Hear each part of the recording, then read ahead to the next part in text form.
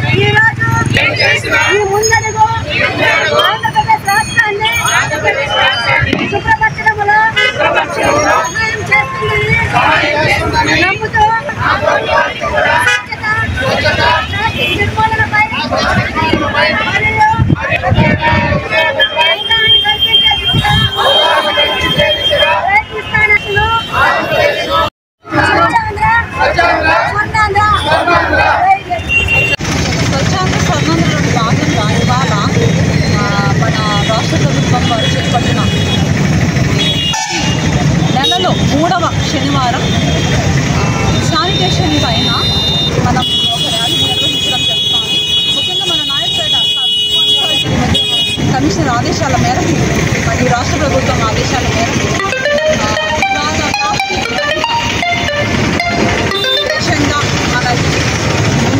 ముందుకెళ్ళాలని చిన్నప్పుడు సంచుల్లో గుడ్డ సంచుల్లో మనం తీసుకెళ్లే వాళ్ళం. ప్రతిదీ మార్కెట్కి వెళ్ళాలంటే ఒక సంచిని ఉపయోగించే వాళ్ళం అండి. ఇప్పుడు అలాంటి క్లాత్ గుడ్డ సంచులు వాడేందుకు మొహమాట పడుతున్నారు. అది ఎందుకో తెలియదు. రానున్న రోజుల్లో మన పిల్లలు, మన భవిష్యత్తు తరాలకి మంచి వాతావరణాన్ని కలిగించాలనే నేపంతో మన ప్రభుత్వము ఈ ప్లాస్టిక్ రహిత స్వచ్ఛాంధ్రలో భాగంగా ప్రవేశపెట్టి ఉన్నారు.